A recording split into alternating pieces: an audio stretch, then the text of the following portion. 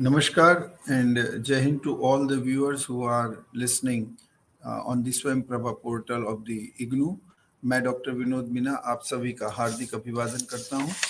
आज का topic today's topic is a production function and its meaning, its types, its characteristics, as well as the limitations of the production function.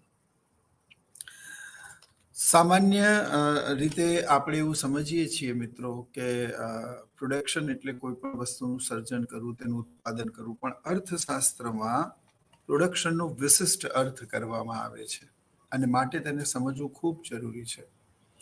અર્થશાસ્ત્રમાં production એટલે કોઈ પણ વસ્તુના તુષ્ટિ ગુણમાં વધારો કરવાની પ્રક્રિયા, the process two increase the utility of the goods. હવે આને એક ઉદાહરણ તરીકે જો આપણે સમજીએ તો નદીના કિનારે પડેલી રેતમાં કોઈ પણ તુષ્ટિગુણ નથી હોતો, પરંતુ જ્યારે તેને ત્યાંથી ઉઠાવીને જે કન્સ્ટ્રક્શન્સ કામ ચાલતું હોય ત્યાં આપણે લઈને આવીએ તો તેની અંદર યુટિલિટી છે ચણતરના કામ માટે લેવાની, તો તમે એના તુષ્ટિગુણમાં ઉમેરો કર્યો, સ્થાન ફેર કરીને તમે એના તુષ્ટિગુણમાં વધારો કર્યો. તો આમ ઉત્પાદન એટલે વસ્તુના તુષ્ટિગુણમાં વધારો કરવાની પ્રક્રિયા. એક બીજું ઉદાહરણ સમજીએ. જંગલમાં ઉગતા ઘાસમાં કદાચ કોઈ તુષ્ટિગુણ ન હોય, પરંતુ તે ઘાસને કાપીને તમે જ્યારે કોઈ ભૂખ્યા જાનવર કે ઢોરની આગળ મૂકો છો અને એનાથી એની ખાવાની જરૂરિયાત પૂરી થાય છે, તો તમે ઉત્પાદન કર્યું કહેવાય. એટલે તમે ઘાસ બનાવી નથી, એ તો નેચરલ ઉગતી હોય. જો અર્થશાસ્ત્રમાં ઉત્પાદનનો કેવો વિશિષ્ટ અર્થ છે. સામાન્ય ભાષામાં એવું થાય છે કે કંઈક નવું સર્જન કરવું, તો ખરેખર તો ઘાસ કોઈ માનવી ઉગાડી જ નથી. જંગલમાં ઘાસ અને છોડ એના આપોઆપ એક કુદરતી પ્રક્રિયા દરમિયાન ઉગતા હોય છે.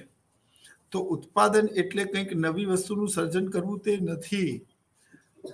અર્થશાસ્ત્રમાં ઉત્પાદન એટલે વસ્તુના તુષ્ટિગુણમાં વધારો કરવાની પ્રક્રિયા. That is called a production in economics, the process to increase the utility of commodities or goods. આપણે એને બીજા બી ઘણા બધા ઉદાહરણ દ્વારા સમજી શકીએ, જેમ કે જંગલનું લાકડું, એના ઉપર તમે પ્રક્રિયા કરીને એમાંથી ફર્નિચર બનાવ્યું, તો આને ઉત્પાદન કહેવાય. તે જ રીતે શેરડી, તો કદાચ તેને ખાધા સિવાય બીજી કોઈ વસ્તુ પ્રક્રિયામાં ઉપયોગમાં ના લઈ શકાય, પણ તેમાંથી ખાંડ બની, તેમાંથી ગોળ બન્યો, જેગરી બની, એમાંથી સુગર બન્યું. It is called production. એ જ રીતે કપાસ, એમાંથી કપાસિયા તેલ બને કે એમાંથી કાપડ બને, તો તમે એ કપાસની યુટિલિટીમાં, એના તુષ્ટિગુણમાં અનેક ગણો શું કર્યો? વધારો કર્યો.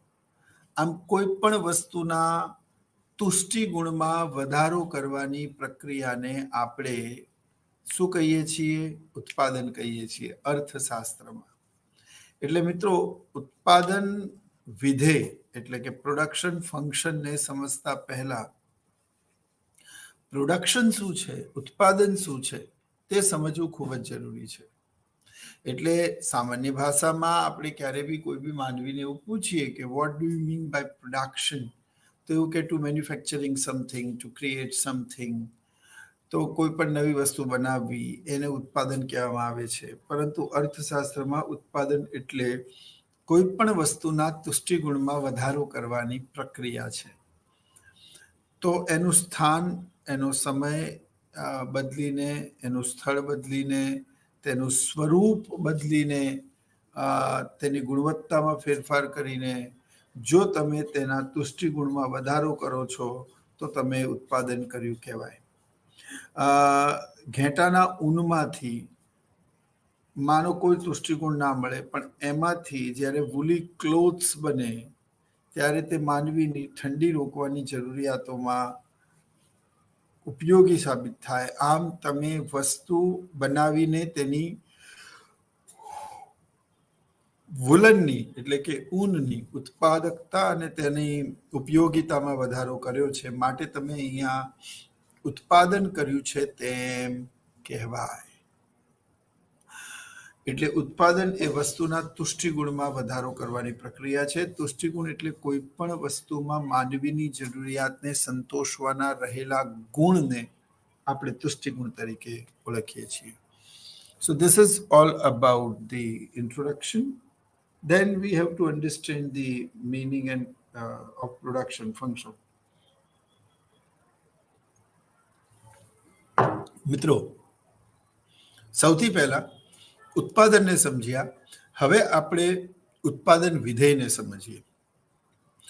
એક્ઝેક્ટલી પ્રોડક્શન ફંક્શન છે શું? આજના આપણા ટોપિકનું જે ફોર્મેટ છે the introduction, meaning of production function, characteristics of production function, types of production function, importance of production function, limitations of production function, and last but not least, that is conclusion એટલે કે સમીક્ષા. તો પ્રસ્તાવના ઉત્પાદન વિધેયનો અર્થ, ઉત્પાદન વિધેયના લક્ષણો, ઉત્પાદન વિધેયના પ્રકારો, ઉત્પાદન વિધેયનું મહત્વ, ઉત્પાદન વિધેયની મર્યાદાઓ અને સમીક્ષા. ઇન્ટ્રોડક્શન આપણે ભણી ચૂક્યા છીએ. હવે આપણે પ્રોડક્શન ફંક્શનનો અર્થ ભણીએ. તો production function shows the correlation between inputs and output. It shows the technical relation between factors of production and output. It indicates the maximum quantity of output that can be produced with given quantity of inputs. So production function shows the correlation between input and output. It shows the technical relation between the factors of production and output. It indicates maximum quantity of output that can be produced with given quantity of inputs. And it can be represented in such a way or in such an equation that Q is a function of NLKE. એટલે કે Q, quantity, is the function of number of amount of land, number of labor, it's a capital as well as the entrepreneur. તો ઉત્પાદન વિધેય એ શું છે? તો ઉત્પાદન વિધેય એ ઇનપુટ એટલે કે ઉપજ અને નિપજ વચ્ચેના સહસંબંધને દર્શાવે છે. Production function shows the correlation between input and output. તે નિપજ અને ઉપજ એ બંને વચ્ચેનો કોરિલેશન એટલે સહસંબંધ દર્શાવે છે. હવે સહસંબંધનો અર્થ એવો થાય કે જે ટોટલ આઉટપુટ છે એ ઇનપુટ પર ડિપેન્ડ છે. જેમ કે હવે ઇનપુટ આઉટપુટ નિપજ અને ઉપજ એ પણ આપણે સમજીએ. તમે ખેતરમાં કોઈ પણ પાકનું ઉત્પાદન લેવા માટે, માની લો કે ઘઉં કે મગફળીનું ઉત્પાદન લેવા માટે તમે જમીનમાં જે ખેડાણ કર્યું ટ્રેક્ટરથી, તમે જે જમીનમાં પાણી આપ્યું, તમે જે જમીનમાં ખાતર નાખ્યું, તમે જે જમીનમાં પેસ્ટિસાઇડ્સ નાખ્યું, તમે જે હાઇબ્રિડ બિયારણ તમે નાખ્યું, આ બધું જ નિપજ છે. નિપજ શ્રમિકનો શ્રમ, મૂડી, ટેકનોલોજી અને તમામ પ્રકારના ઉત્પાદન મેળવવા માટે ઉપયોગમાં લેવાતા સાધનો અને વસ્તુઓ એ બધું જ શું છે? ઇનપુટ છે. જ્યારે તેનાથી જેટલી પણ મગફળી કે ઘઉં ઉત્પન્ન થયા તે આઉટપુટ છે. એટલે આઉટપુટ અને ઇનપુટ વચ્ચેનો સહસંબંધ દર્શાવે છે. એનો અર્થ એ થયો કે જો આપણે ઇનપુટ વધારીશું તો આઉટપુટ પણ આપોઆપ વધશે મિત્રો. એટલે પ્રોડક્શન ફંક્શન સહસંબંધ દર્શાવે છે ઇનપુટ અને આઉટપુટનો. સાથે સાથે એવું દર્શાવે છે કે ઇનપુટ વધશે તો આઉટપુટ પણ વધશે, ઇનપુટ ઘટશે તો આઉટપુટ પણ ઘટશે. બીજી રીતે કહીએ તો ઇનપુટ સારી ક્વોલિટીનું અને સારી રીતે ઇમ્પ્લિમેન્ટ થયું હશે તો રિઝલ્ટ તમને સારું આઉટપુટમાં મળશે. આ સિવાય it indicates the maximum quantity of output that can be produced with given quantity of inputs. આપેલા તમામ સાધનો દ્વારા વધુમાં વધુ ઉત્પાદન કેવી રીતે મેળવી શકાય છે તે દર્શાવતા સમીકરણને ઇક્વેશનને ઉત્પાદન વિધેય કહેવામાં આવે છે. એટલે ઇન શોર્ટ ઉત્પાદન વિધેય શું છે? ઉત્પાદન વિધેય નિપજ અને ઉપજ વચ્ચે ઇનપુટ અને આઉટપુટ વચ્ચેનો કોરિલેશન દર્શાવે છે. It shows the technical relation between factors of production and output. તે ઉત્પાદનના સાધનો અને ઉત્પાદન વચ્ચેનો સંબંધ દર્શાવે છે. It indicates the maximum quantity of output that can be produced with given quantity of inputs. આપેલા સંસાધનોના સંદર્ભમાં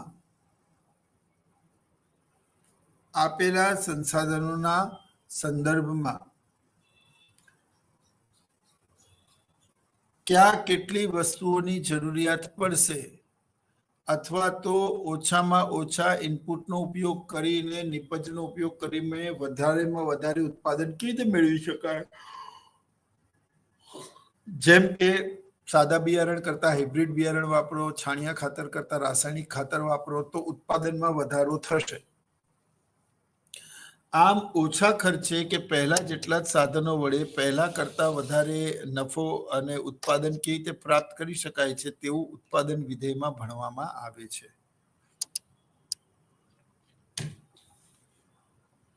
આનો અર્થ એવો પણ થયો કે ઉત્પાદન વિધેય એટલે કે પ્રોડક્શન ફંક્શન એક મલ્ટીડિસિપ્લિનરી કન્સેપ્ટ છે, જેનો સંબંધ ક્યાંક ને ક્યાંક જ્યોલ્ડીને કહ્યું તેમ મેનેજરિયલ ઇકોનોમિક્સ વચ્ચે પણ છે. ઇન્ટ્રોડક્શન ઓફ ઇકોનોમિક્સ એટલે પ્રારંભિક અર્થશાસ્ત્ર સાથે પણ છે. ઇકોનોમિક્સનું મહત્વ ઇન્ડસ્ટ્રી, એગ્રીકલ્ચર સેક્ટર એના ઉપર પણ છે. અને આના કારણે it indicates the maximum quantity of output that can be produced with given quantity of input. આપેલી ઉત્પાદન ક્ષમતાએ તમે વધારમાં વધુ ઉત્પાદન કેવી રીતે મેળવી આવે. એટલે ઉત્પાદન વિધેય એ ઉત્પાદન અને એટલે કે ઉપજ અને નિપજ વચ્ચેનો સહસંબંધ દર્શાવે છે. એક વાત, it shows the technical reaction between factors of production and output. એ ઉત્પાદન અને તેના સાધનો વચ્ચેનો ટેકનિકલ સંબંધ દર્શાવે છે. એટલે કે આજના યુગમાં ટેકનોલોજી વગર કશું પણ સંભવ નથી. હું તમને અને તમે મને જોઈ શકો, વાંચી શકો, કારણ કે આપણી બંને વચ્ચે ટેકનોલોજી છે. એટલે ટેકનોલોજીની ખાસ એને વાત કરી છે. પછી quantity of output that can be produced with given quantity of inputs. એટલે આપેલા ઉત્પાદનના સાધનો દ્વારા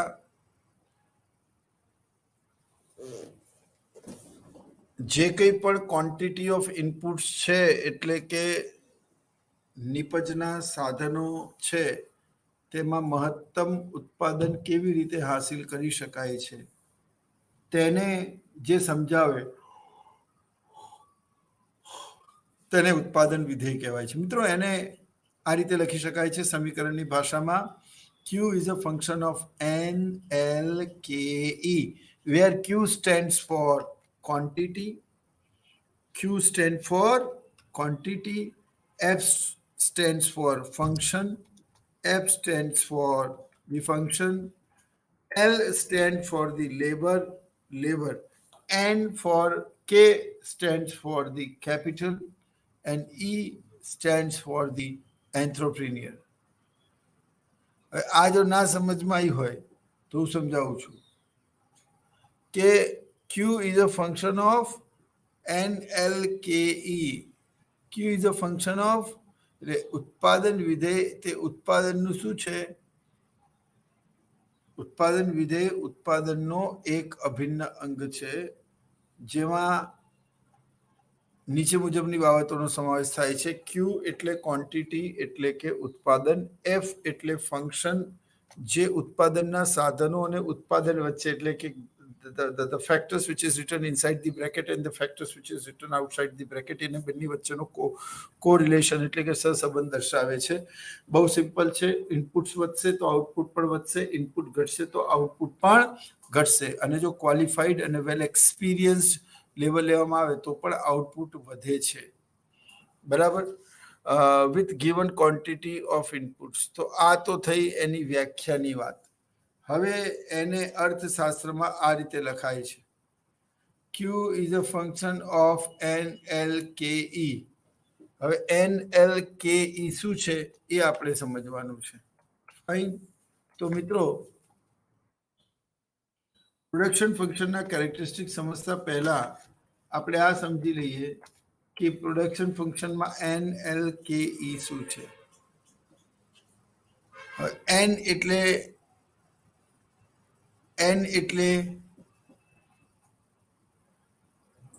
એટલે number of profit made by the firm. બરાબર. or N stands for the amount of land, જમીનનો ટુકડો. Whatever the countries, America, Afghanistan, Bharat or Pakistan, every country is having a 4 factors of the production, that is land, labor, capital, entrepreneur. When we are talking about the land, so land means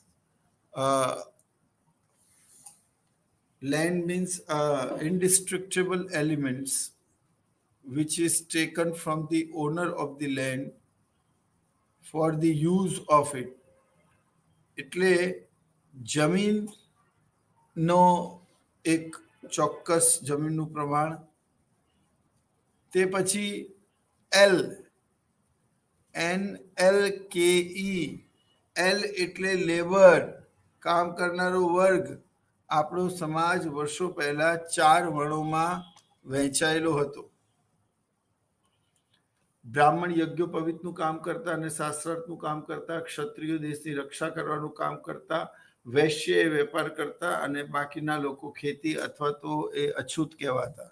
હવે તો જો કે પરિસ્થિતિ ખૂબ સુધરી છે, ખૂબ બદલાઈ છે, પણ સ્ટીલ ઘણા બધા અંતરિયાળ વિસ્તારોમાં હજી પણ તેવી જ પરિસ્થિતિ છે. તો N એટલે જમીન, L એટલે લેબર, K એટલે capital and E stands for entrepreneur. આ ચારે સાધનો મળે એટલે કે નિયોજક, તો જ ઉત્પાદન શક્ય બને, તો ઉત્પાદન શક્ય બની શકે નહીં. Q is a function of NLKE.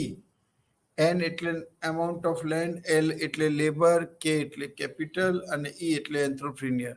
તમે એવું કહો કે લેબર માટે L લીધો તો તમે લેન્ડ માટે પણ L લઈ શકો, પણ એકની એક સંખ્યા 2 વખત યુઝમાં કરાય, then it creates a confusion for the reader whether this I stand for the I mean to say K is the stand for the capital or what, or L is stand for the labor or for the other. And that's why in economics there is only one symbol is representing. Say for example guild, so it is represented by the Y. Fine. So NLKE. Now what is NLKE? NLKE નો અર્થ શું થાય? તો NLKE નો અર્થ થાય કે number of land એની પાસેથી લઈ લેવાની, એનું લોકરક્ષક બિલનું એની ભરતી કેન્સલ કરવાની, અને ત્રીજું એન્ટ્રપ્રિન્યોર.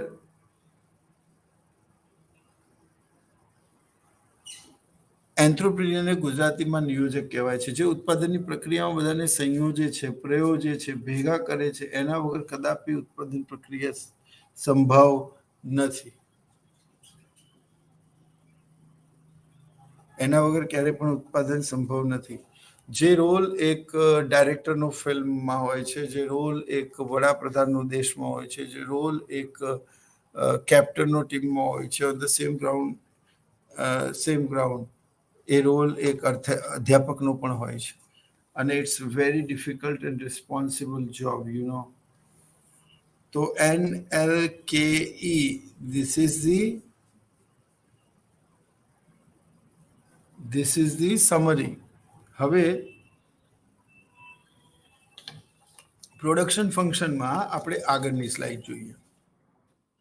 Characteristics of production function. આ પ્રોડક્શન ફંક્શનના 4 કેરેક્ટરિસ્ટિક્સ છે અને એ 4 કેરેક્ટરિસ્ટિક્સ કયા કયા છે એ આપણે જોઈએ. Production function shows the correlation between factors of production and output. કેટલું સરળ છે, કેટલું ઇઝી છે. તમે યાદ કરવાનો પ્રયત્ન કરો. Production function shows the correlation between factors of production and output. તો આ કઈ રીતે થાય મિત્રો એ જોઈએ આપણે.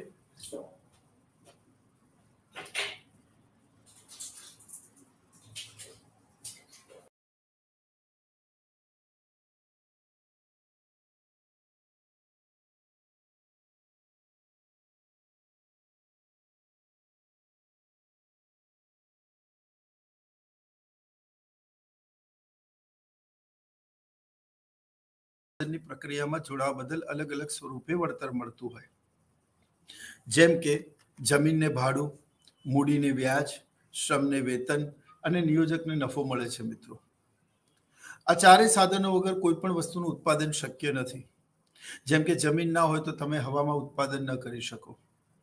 મૂડી વગર કોઈ પણ પ્રકારની આર્થિક પ્રવૃત્તિ શક્ય નથી. અર્થશાસ્ત્ર, it's all about the science of money. અર્થશાસ્ત્ર નાણાંનું શાસ્ત્ર છે. તો નાણાં વગર નથી, તેનો સમાવેશ કે અભ્યાસ અર્થશાસ્ત્રમાં થતો નથી. ત્રીજું, શ્રમ. તમે એવું કહો કે સર આ વસ્તુ તો માનવે બનાવી નથી, રોબોટે બનાવી છે, મશીને બનાવી છે. પણ એ રોબોટ અને માનવને એ મશીનને બનાવનારો પણ કોઈક ને કોઈક તો માણસ જ હશે ને. એમાં કોઈક ખામી આવી જાય છે, કોઈ પ્રોબ્લેમ ટેકનિકલ આવી જાય છે, તો એનો શોર્ટ આઉટ કોણ કરે છે, એને સુધારે છે કોણ? Human. And that's why labor is also an important part of production. And last but not least, that is entrepreneur. નિયોજક, એન્ટરપ્રિન્યોરને ઇંગ્લિશમાં નિયોજક કહેવામાં આવે છે. તો નિયોજક વગર તો ઉત્પાદન પ્રક્રિયા કદાપી સંભવ નથી. It's not quite possible at all. Fine. તો સંભવ નથી. ફાઇન, એ સંભવ નથી. તો શું કરી શકાય? સંભવ નથી. તો જે ભૂમિકા એક શિક્ષકની વર્ગમાં હોય, જે ભૂમિકા એક ડાયરેક્ટરની ફિલ્મમાં હોય, જે ભૂમિકા એક કેપ્ટનની ટીમમાં હોય, જે ભૂમિકા એક વડાપ્રધાનની દેશમાં હોય, એ જ ભૂમિકા ઉત્પાદનની પ્રક્રિયામાં નિયોજકની હોય. And without the producers, without the entrepreneur, the production cannot be possible. એટલે whatever the countries, America, Afghanistan, Bharat और પાકિસ્તાન, દરેકના 4 દરેક દેશમાં 4 ઉત્પાદનના સાધનો છે: જમીન, મૂડી, શ્રમ, નિયોજક. આ ચારે જ્યારે ભેગા થાય ત્યારે ઉત્પાદન પ્રક્રિયા શક્ય બને છે. જો કે આ ચારેય સાધનોને ઉત્પાદનની પ્રક્રિયામાં જોડાવા બદલ અલગ અલગ સ્વરૂપે વળતર મળે છે: જમીનને ભાડું, મૂડીને વ્યાજ, શ્રમને વેતન અને નિયોજકને નફો. આ ચારેય સાધનો મળીને જેટલી પણ ચીજ વસ્તુનું ઉત્પાદન કરે છે તેને દેશની રાષ્ટ્રીય આવક કહેવાય છે. તેને શું કહેવાય છે? રાષ્ટ્રીય આવક કહેવાય છે. હવે નિપજ એટલે કે આ ઉત્પાદનના સાધનો અને ઉપજ, જે કંઈ પણ પ્રોડક્શન થયું, એ બંને વચ્ચેનો સંબંધ સમજવા માટે અર્થશાસ્ત્રમાં ઉત્પાદન વિધેયનો ખ્યાલ આવ્યો, પ્રોડક્શન ફંક્શનનો કન્સેપ્ટ આવ્યો. So what do you mean by production function? which is shows the technical or the correlation between inputs and output.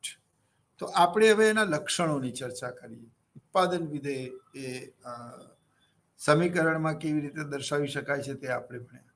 હવે ઉત્પાદન વિધેયના લક્ષણો આપણે ભણીએ. તો ઉત્પાદન વિધેય શું છે? તો production function shows the correlation between factors of production and output. ઉત્પાદન વિધેય હંમેશા ઉત્પાદનના સાધનો અને થયેલા ઉત્પાદન વચ્ચેનો ટેકનોલોજીકલ અને કોરિલેશન સમજાવું છું. જો મિત્રો, હું તમને ભણાવું છું, એમાં કોઈક ને કોઈક ટેકનોલોજીનો યુઝ થાય છે. એસી ચાલે છે, પંખો ચાલે છે, પ્રોજેક્ટરનો યુઝ કરો તો માર્કરનો યુઝ કરો. સો whenever you are teaching, you are somewhere using directly or indirectly the pure technology of education, I mean to say in education field. તો પ્રોડક્શન ફંક્શન સમજતા પહેલા ઉત્પાદનના 4 સાધનો એ ઇનપુટ છે એવું સમજવું જરૂરી છે. હવે એમાં કયું કોમ્બિનેશન એવું છે જમીન અને મૂડી અને શ્રમનું, જે ઉત્પાદનના ચલ સાધનો છે. એન્ટ્રોપ્રિન્યોર અને જમીન એ અચલ કહેવાય, એ લગભગ એમાં ફેરફાર થતો નથી. ઉત્પાદનમાં ફેરફાર કરવો હોય તો તમારે કાં તો જમીનમાં ફેરફાર કરવો પડે, બરાબર છે, કાં તો મૂડી ઇન્વેસ્ટમેન્ટમાં ફેરફાર કરવો પડે. તો એવું કયું લિસ્ટ કોસ્ટ કોમ્બિનેશન છે કે જેનાથી ખૂબ જ નીચી કિંમતે તમે તમારું ઈચ્છિત ઉત્પાદન અને પરિણામ પ્રાપ્ત કરી શકો છો. This is all about of economics. બસ આટલી જ વાત છે. એટલે તમે જો કે production function shows the correlation between factors of production and output. તે ઉત્પાદનના સાધનો અને ઉત્પાદન વચ્ચેનો સહસંબંધ દર્શાવે છે. એટલે કે જો ઉત્પાદનના સાધનો વધશે તો ઉત્પાદન પણ વધશે. ઉત્પાદનના સાધનો પહેલા કરતા સારા થશે તો ઉત્પાદન પણ વધશે. તો આ શું થયું? Production function is already discussed with reference to time period. આનો અર્થ એ થયો કે પ્રોડક્શન ફંક્શનની ચર્ચા હંમેશા સમયના સંદર્ભમાં જ કરવામાં આવે છે. એનો અર્થ એવો થયો કે પ્રોડક્શન ફંક્શનમાં 2 પ્રકારનો સમયગાળો હોય છે, એક ટૂંકા ગાળાનો, એક લાંબા ગાળાનો. બરાબર, જેને આપણે આગળ પ્રકારોમાં ભણીશું. પછી production function assumes that the labour and capital are perfectly divisible. માનો કે મારી પેનાસોનિક કંપની છે અને એમાં 3 ડિપાર્ટમેન્ટ છે. એક ડિપાર્ટમેન્ટ વોશિંગ મશીન બનાવે છે, એક રેફ્રિજરેટર બનાવે છે, એક માની લો કે ટીવી બનાવે છે. રેફ્રિજરેટર, વોશિંગ મશીન અને ટીવી, આ ત્રણેયમાં કામ કરતા કર્મચારીઓ માટે શૈક્ષણિક લાયકાત એ ઇલેક્ટ્રોનિક એન્જિનિયરનું હોવું જરૂરી છે. લાયકાત બધાની સરખી છે. હવે જો બધામાં તમે એક સરખા શ્રમિકો ફાળવી દેશો તો ક્યારેક એવું પણ થશે કે તમે જે 3જા નંબરની શોપ છે અથવા ઇન્વેસ્ટમેન્ટ છે એમાં તમને ખબર મળે કે there is no man required. In spite of that, you are utilizing a man over there, you are paying the salary over there. તો માની લો કે તમારી 3 હવે પ્રોડક્શન ફંક્શન શું સમજાવે? માની લો કે તમારી એક શોપ મેઘાણીનગરમાં છે, એક સેટેલાઇટમાં છે, એક નારણપુરા નવરંગપુરાના એરિયામાં છે, માની લો. હવે બધામાં 20-20 શ્રમિકો કામ કરે છે, પણ બધી જ જમીનો એક સરખો ધંધો કરતી હોય એવું તો શક્ય નથી. તો એ સંદર્ભમાં શું કરવાનું? તો એવું તો શક્ય નથી, તો તે સંદર્ભમાં શું કરી શકાય? તો કે પ્રોડક્શન ફંક્શનની મદદથી ન કેવલ લિસ્ટ કોસ્ટ કોમ્બિનેશન જાણી શકાય છે, પરંતુ ઉત્પાદન ખર્ચમાં પણ ઘટાડો કરી શકાય છે. એટલે ઉત્પાદન વિધેય અર્થશાસ્ત્રમાં ખૂબ જ અગત્યનો અને મહત્વનો વિષય છે. એટલે labour and capital are divisible. એટલે મેં કહ્યું કે મારા 3 ડિપાર્ટમેન્ટ છે, તો આ એવું કહે છે કે ત્રણેયમાં લેબર અને કેપિટલ સરખી રીતે ડિવાઈડ કરો. પણ પ્રોડક્શન ફંક્શન એવું નથી કહેતું. મારી 3 શોપ હોય, એક સેટેલાઇટમાં હોય, માની લો કે એક મણિનગર કે મેઘાણીનગર હોય, અને એક માની લો કે નવરંગપુરા કે નારણપુરામાં હોય. હવે માણસોની જરૂર હોય તો નવા માણસો રિક્રુટ કરવાને બદલે તમે તમારી જે પેઢીમાં દુકાનમાં ઓછા ગ્રાહકો છે, જ્યાં કામ ઓછું છે, ત્યાંથી 2-3 માણસો તમે વધુ ઉત્પાદન અને રસ અને ગરાગી રહેતી હોય એવી દુકાને બોલાવો. આવું કરવાથી તમારે નવા શ્રમિકોને વેતન આપવું પડશે નહીં અને જૂના શ્રમિકોના વેતનમાં જ તમે તમારું કામ કરી શકશો. એટલે અહીંયા શું થાય છે, પોતાની જરૂરિયાતની વસ્તુઓ તો દરેક વ્યક્તિ જાતે વસાવે જ છે, લગભગ. તો વાત માત્ર એટલી છે મિત્રો કે ક્યારે કેટલું કેપિટલ એ ડિપાર્ટમેન્ટમાં નાખવું, બીમાં નાખવું, કેટલું સીમાં નાખવું, બરાબર. હવે તમારી પાસે બહુ સિલેક્ટેડ ટાઈમ છે અને એ ટાઈમને તમે કેવી રીતે યુટિલાઇઝ કરો છો બહુ જ મહત્વનું છે. જે રીતે સાધનોનું આયોજન હોય કે નવું સાધન લાવવાના બદલે તમારે એને વધારે વેતન ચૂકવવું પડે, જે જૂના સંસાધનો છે, જે જૂના સાધનો છે, એનો શ્રેષ્ઠ ઉપયોગ કેવી રીતે કરી શકાય, તો એ પ્રોડક્શન ફંક્શન સમજાવે છે. તો instead of enrolling a new I mean to say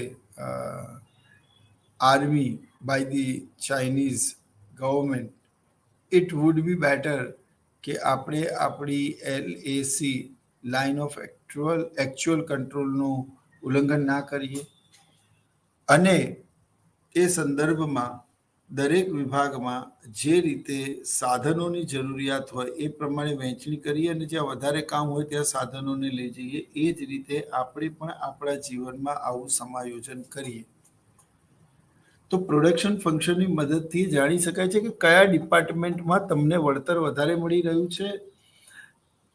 અને આના માટે મેનેજરલ ઇકોનોમિક્સમાં જ્યોલ ડીન નામના અર્થશાસ્ત્રી, જે મેનેજર ઇકોનોમિક્સના ફાધર કહેવામાં આવે છે, એણે પુસ્તક લખ્યું ધ મેનેજરિયલ ઇકોનોમિક્સ.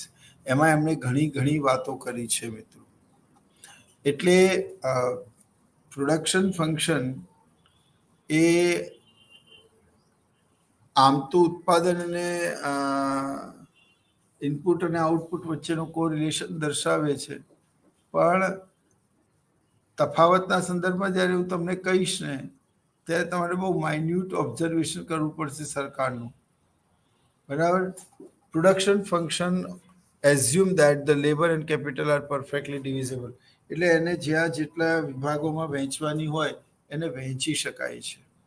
ત્યારબાદ production function is always discuss with the given state of technological knowledge. જો મિત્રો કોઈ પણ ઉત્પાદન આજના જમાનામાં ટેકનોલોજી વગર શક્ય નથી.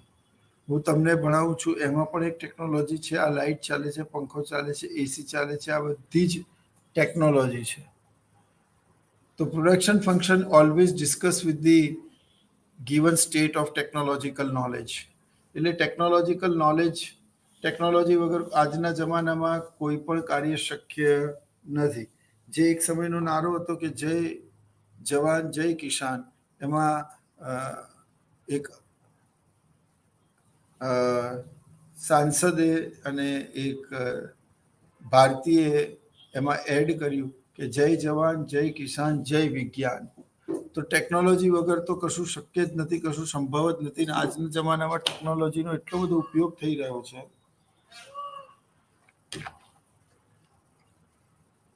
ટેકનોલોજીનો એટલો બધો ઉપયોગ થઈ રહ્યો છે કે કોઈ પણ ઉત્પાદનની કલ્પના માત્ર પણ ટેકનોલોજી વગર કરવી એ શક્ય નથી.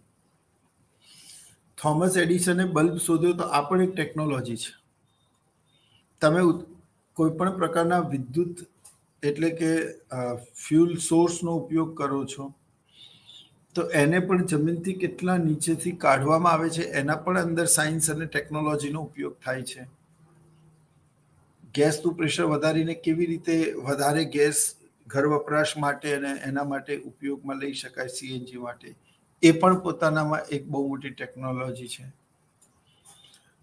પછી production function is expressed in the physical units only.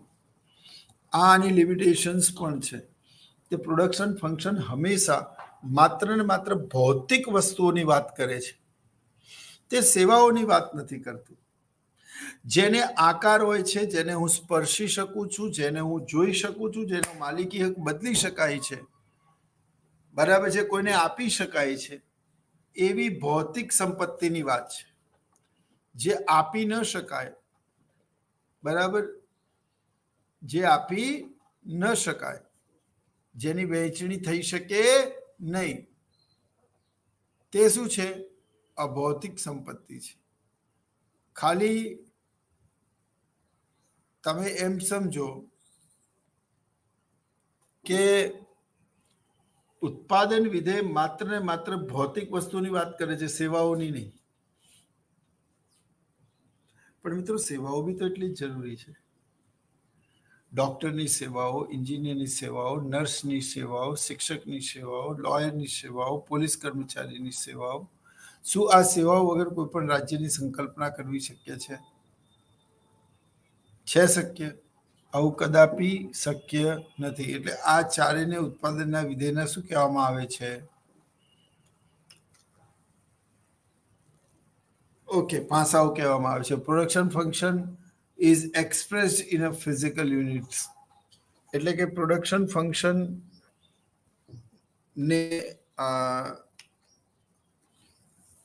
ભૌતિક સંસાધનોના સંદર્ભમાં સમજી શકાય છે. સેવાના સંદર્ભમાં તેને સમજી શકાતો નથી, કારણ કે સેવાની ગુણવત્તા અને તેની, હવે માની લો કે ઇકોનોમિક્સ જ છે, તો ઇકોનોમિક્સ દરેક અર્થશાસ્ત્રની ભણાવવાની પોતાની અલગ અલગ રીતુ હોય, પોતાની અલગ અલગ ટેકનિક હોય, પોતાનો અલગ અલગ ઋતબો હોય, પોતાની અલગ અલગ એક્સપર્ટાઇઝ હોય. તો તમે કેવી રીતે એવું કહી શકો કે production is expressed in a physical units?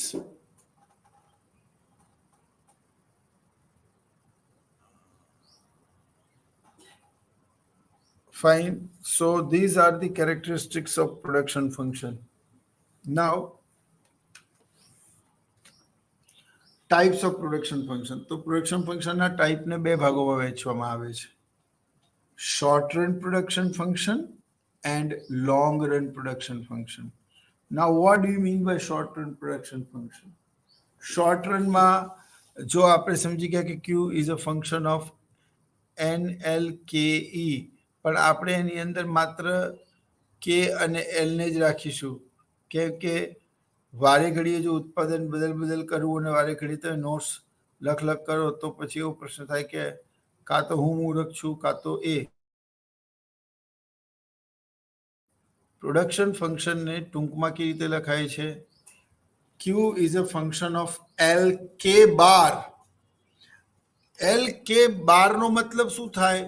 Line over K means K capital is a constant. હું અહીંયા ABCD પણ લઈ શકું. Q is a function of ABCD. A stand for land, B stand for labor, C stand for capital, and D stand for entrepreneur. Absolutely okay. Fine. તો long run production function, પહેલા આ સમજી લો કે short run production ફંક્શનમાં અને long run production ફંક્શનમાં એક ઉપર કે ઉપર લાઈન છે જેને ઓવરલાઈન ઓફ કે, અને એક પર કે ની લાઈન નથી. તો આનાથી શું ફેર પડી જશે? તો short run production function shows the correlation between L and કે. એટલે ક્યુ એ ઉત્પાદન છે, એફ એ વિધેય છે, જે ઉત્પાદન એટલે કે ઇનપુટ અને આઉટપુટ વચ્ચેના સહસંબંધને દર્શાવે છે. L stands for the labor and K stands for the capital. અને અર્થશાસ્ત્રીઓ આ રીતે જ લખે છે. એ રીતે લખવાનું રીઝન, કારણ શું છે તે સમજો.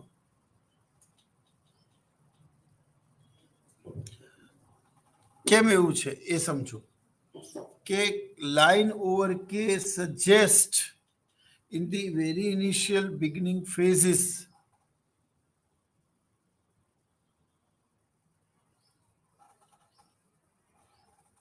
K remains the constant. It means capital remains the constant. There is no further production going on. તો શોર્ટ રનમાં એ કેપિટલ કોન્સ્ટન્ટ રહે છે, પણ લોંગ રનમાં એ કોન્સ્ટન્ટ રહેતી નથી. હવે તમે જો કે લાઇન ઓવર કે ઇટ મીન્સ કે ઇઝ અ કોન્સ્ટન્ટ, એટલે કે કેપિટલ કોન્સ્ટન્ટ છે. તમારે ઉત્પાદનમાં ફેરફાર કરવો હોય તો તમે માત્ર ને માત્ર શું કરો, તમે માત્ર ને માત્ર લેબરમાં ચેન્જીસ કરો. કેપિટલ તો સ્થિર જ રહેશે. આપણે આને એક ઉદાહરણ દ્વારા સમજીએ. મિત્રો, મેં એક ઓફિસ ખોલી, એ ઓફિસમાં મેં નવા સીસીટીવી કેમેરા લગાવ્યા, નવું ઇલેક્ટ્રોનિક વાયર કરાવ્યું, નવું ફ્રીજ લીધું, નવું એસી લીધું, બરાબર, ખુરશીઓ બેન્ચ ટેબલ કરાવી, કલર કામ કરાવી દીધું, આ બધું થઈ ગયું. હવે આવું હું દર વર્ષે કરાવીશ? સી, ઉત્પાદનમાં ટૂંકો ગાળો કે લાંબો ગાળો એવો કોઈ ચોક્કસ ભેદ નથી. It's not like that. પણ સામાન્ય રીતે આવું સમજીએ છીએ કે ચોક્કસ ભેદ નથી. પણ આપણે સામાન્ય રીતે એવું સમજીએ છીએ કે જ્યારે ઉત્પાદનના સાધનોનું સંયોજન બદલી ન શકાય, the combination of the factors of production cannot B change, બરાબર, ત્યારે આવી તકલીફ આવી પડે છે. હવે ત્યારે એ લોકો એવું કે અમે એડમિશન લેતી વખતે આ જ બધા વિષયો ભરેલા, પણ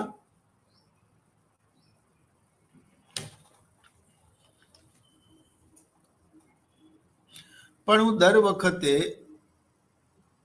મિત્રો નવા સીસીટીવી કેમેરા ના નખાવું, નવું એસી ના કલર ના કરાવું. એટલે સમયના ચોક્કસ ગાળા માટે કે એટલે કે કેપિટલ એ શું રહે છે, સ્થિર રહે છે, અને ફેરફાર માત્ર એલમાં થાય છે. હવે લેબર અને કેપિટલ બંને ચલ છે, વેરિયેબલ છે.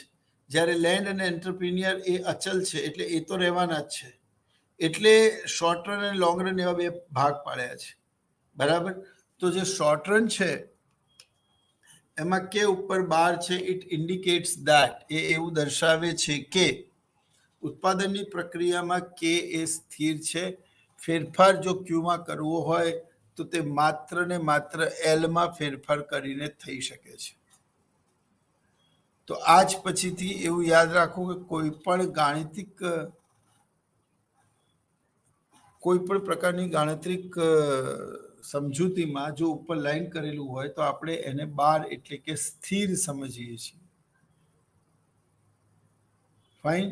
શું સમજીએ છીએ? સ્થિર સમજીએ છીએ. Q is a function of LK. તો લોંગ રન પ્રોડક્શન ફંક્શનમાં Q is a function of LK. પેલામાં K12 હતું, આમાં LK, બસ આ રીતે જ લખે છે. તો જે અચલ છે, જે બદલાવાનું નથી, તેને લખવાની કોઈ જરૂર નથી. માત્ર એ જ લખો કે જેના બદલવાથી ઉત્પાદન કે ચોક્કસ બિલિંગ ઉપર ફરક પડે છે. તો મિત્રો, શોર્ટ રન પ્રોડક્શન ફંક્શન એકવાર ફરી, જ્યાં ઉત્પાદનના સાધનો એવા મૂડી અને શ્રમ રહે છે. પણ પ્રશ્ન એવો છે કે લાઇન ઓવર કે નો મતલબ એવો છે કે એ કોમન છે. હવે આમાં 2 વર્ષ કે 3 વર્ષનો એવો સમય નથી આપેલો, પણ જનરલી કે it's a constant. It means whatever change in the price we will remains constant. Fine. તો કે લાઇન ઓવર કે એ મૂડી સ્થિર છે એમ દર્શાવે છે. દર વર્ષે કલર ના કરાવું, હું દર વર્ષે સીસીટીવી કેમેરા ના બદલું, હું દર વર્ષે ટીવી, ફ્રીજ, એસી ના લાવું, એની ચોક્કસ સમય મર્યાદા હોય, બરાબર. અને લોંગ રન પ્રોડક્શન ફંક્શનમાં એવું હોય કે ઉત્પાદનના સાધનોમાં ચેન્જ કરી શકાય છે, મુક્ત અવરજવર હોય છે. જેને નફો થતો હોય એ બજારમાં ટકી રહે છે, જે નથી થઈ શકતો એ બજારમાંથી નીકળી જાય છે. ડિમાન્ડ અને સપ્લાય દ્વારા અર્થતંત્રમાં માંગનું નિર્ધારણ થાય છે. ફાઇન. તે પછી અર્થશાસ્ત્રમાં જે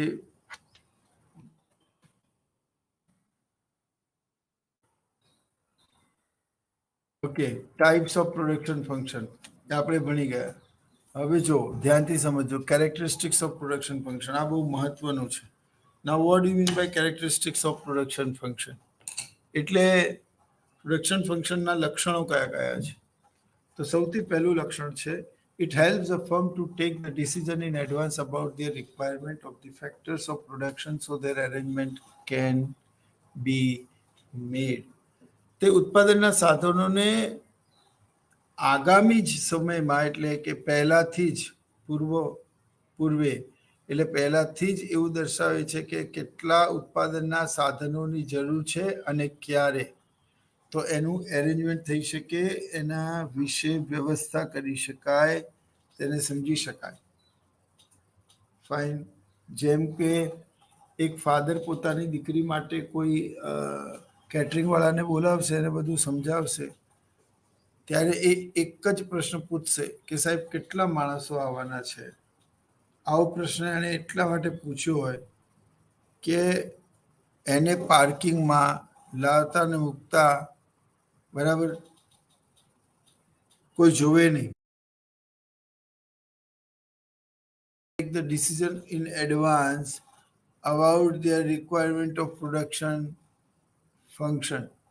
તો પ્રોડક્શન નો અર્થ એવો થયો કે જીવનમાં નવા મિત્રો મળતા રહેશે, જૂના છૂટતા રહેશે અને આ નિત્યક્રમ સદૈવ ચાલતો રહેશે. બટ એ ફર્મને અગાઉથી કેટલા માણસો શ્રમિકો જોઈશે એની સમજ પૂરી પાડે છે. હું તમને એવું કહું કે મારું એક પેઢી છે ને એમાં હું કિંમત ઘટાડીશ તો કિંમત ઘટતા માંગ વધશે, પણ તમારે એવું જાણવું પડે કે કેટલા ટકા વધશે. હવે એ માંગ જાણે ભવિષ્યની, તો જ તે બજારનો જાણતા હોત તો આ દુઃખદ ઘટના ના ઘટી હોત. બરાબર. તો it help the firm to take the decision in advance about their requirement of factors of production so their arrangement can be done. Last time પર આવે અને એ જો અવેલેબલ ના હોય તો પછી ઘણી વખત પ્રોબ્લેમ પણ થાય. It also helps the firm to know the least cost combination of the factors of production. એમાં સૌથી ઓછામાં ઓછું ખર્ચ કયું છે, કયા બિંદુએ વસ્તુની કિંમત અને એની લગતું એટલે જે ખર્ચ છે એ ઓછો આવે છે. It helps the firm to take the decision regarding replacement and expansion in production. It also helps the firm to know the least cost combination of factors of production given level of output. હવે number 4, production function also helps the firm to select which production method is to be used. ઉત્પાદન વિધેય બે પ્રકારના હોય છે. જે પાણીમાં ઉત્પાદન વિધેય બે પ્રકારના હોય છે. એક સાદું ઉત્પાદન વિધેય, એક કોમ્પ્લિકેટેડ ઉત્પાદન વિધેય. Production function also helps the firm. Production function also helps the firm to select which production method is to be used for the production. ઉત્પાદન વિધેય આવું પણ દર્શાવે છે કે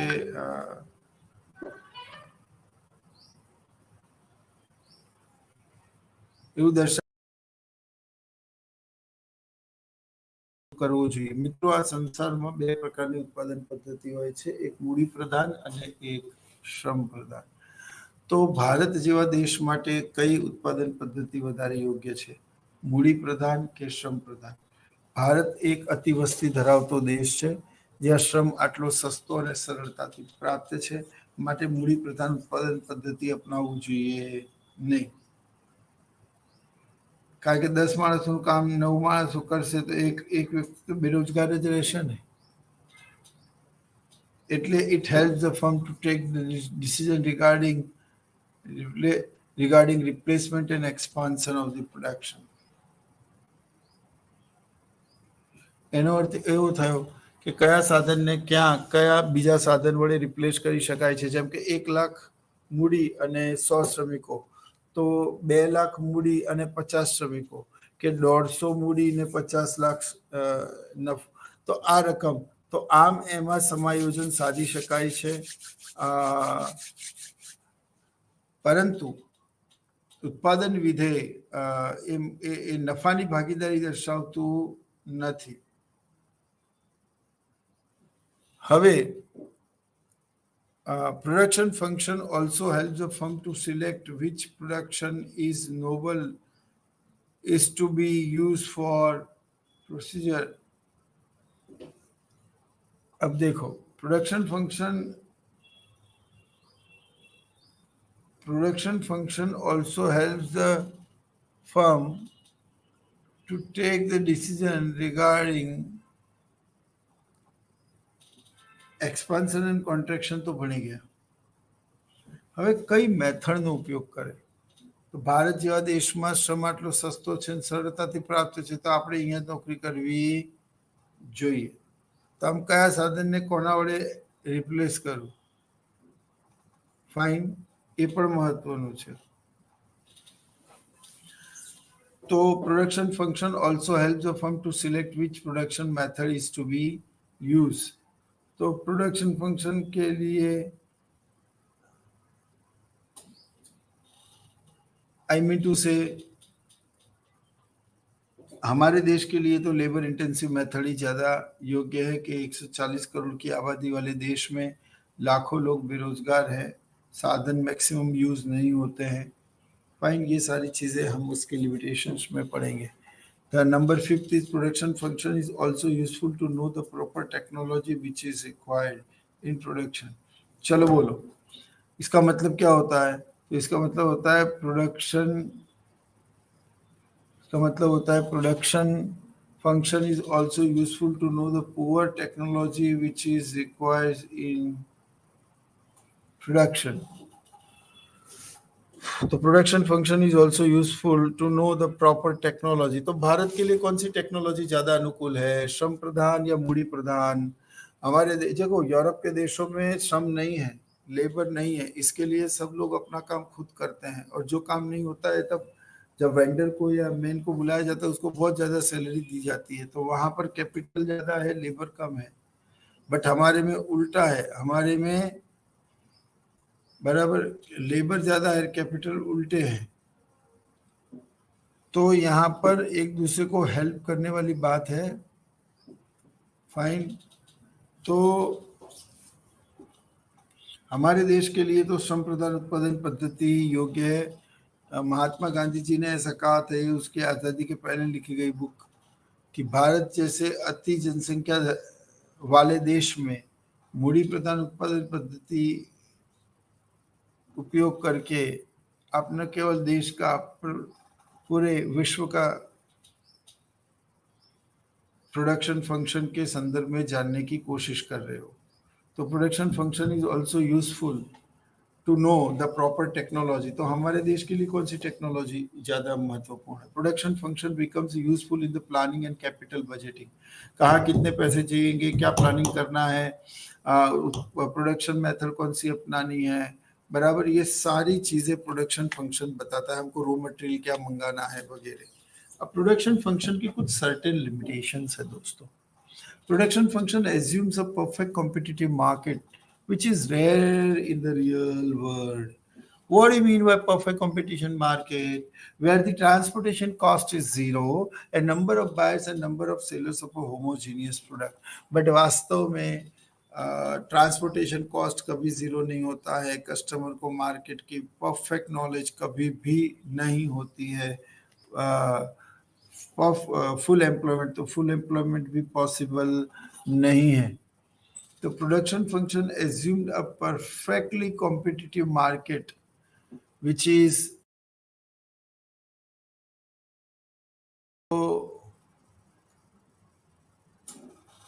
तो पहला इसका लिमिटेशंस है। दूसरा limitations, production function result itself to the cross of production function restrict itself to the case of input and one output। तो यहाँ पर दो इनपुट, जैसे मैं ऐसा बोलूं कि आपको खेती में काम करना है, फाइन, तो आप क्या करोगे? तो दो इनपुट, मान लो कि फर्टिलाइजर और hybrid seeds, and one output. तो एक आउटपुट हुआ मान लो कि गेहूं की फसल तैयार हुई, तो आपने 2 इनपुट का यूज किया, एक फर्टिलाइजर का, एक हाइब्रिड सीड्स का, उससे गेहूं की फसल हुई।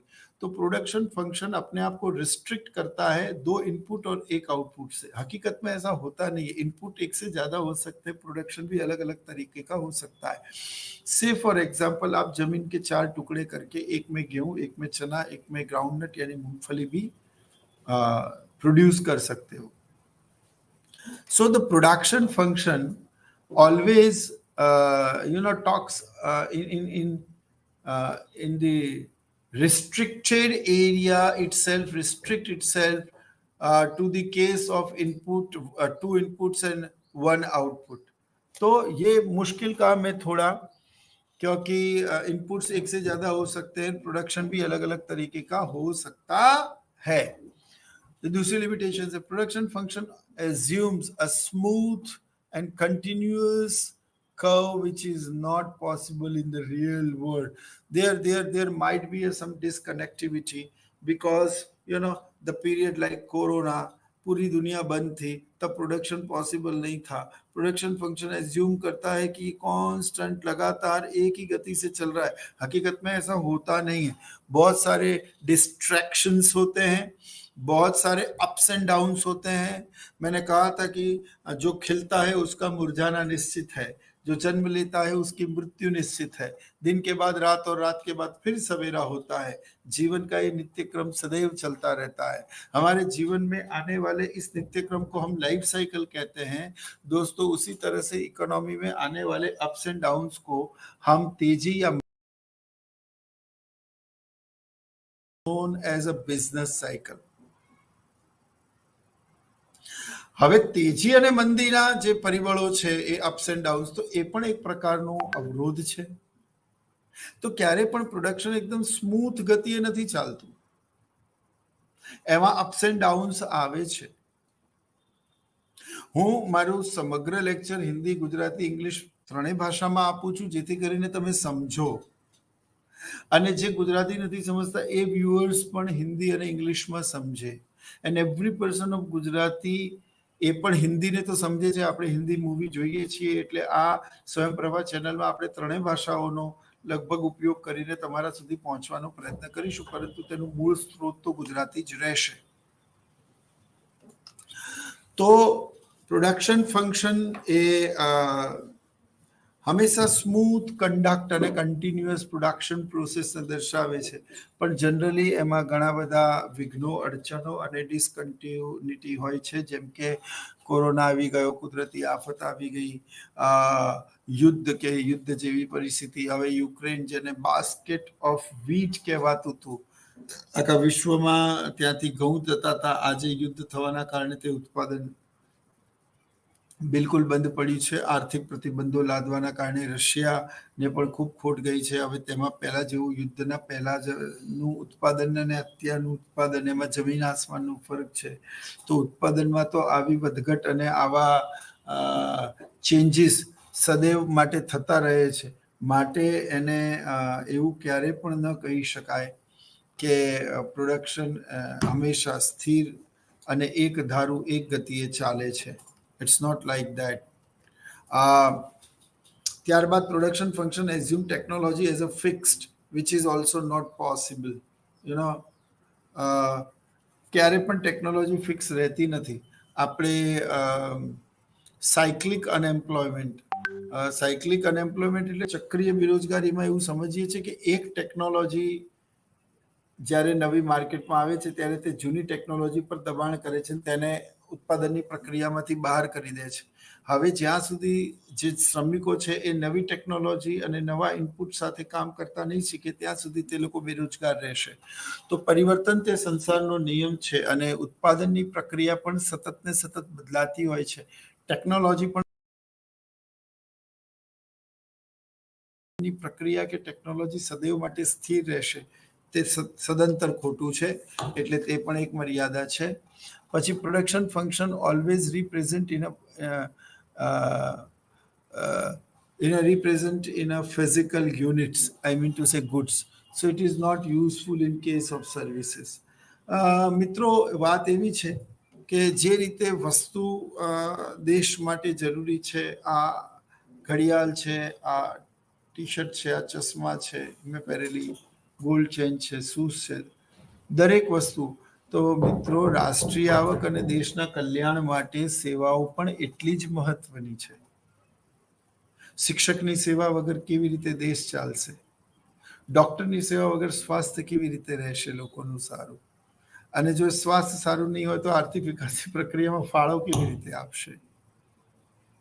એન્જિનિયરની સેવાઓ, સાયન્ટિસ્ટની સેવાઓ, ટ્રાન્સપોર્ટેટરોની સેવાઓ, બેન્કિંગની સેવાઓ આપનારા લોકો, ઇન્સ્યોરન્સની સેવાઓ આપનારા લોકો, આ બધા જ લોકો જે સેવાઓનું ઉત્પાદન કરે છે તે પણ એટલા જ મહત્વના છે. તો સેવાઓ પણ મહત્વની છે. તો ઉત્પાદન વિધેયમાં માત્ર વસ્તુઓની વાત કરી છે, સેવાઓની તો વાત કરી જ નથી. તો આ પણ તેની મર્યાદાઓ છે. તો આ સાથે ઉત્પાદન વિધેયનો આ કન્સેપ્ટ આપણે પૂરો કરીએ છીએ. I hope you understand and enjoy the lecture. આવનારા લેક્ચરમાં એક નવા ટોપિક સાથે આપણે મળીશું. ત્યાં સુધી નમસ્કાર અને જય હિન્દ.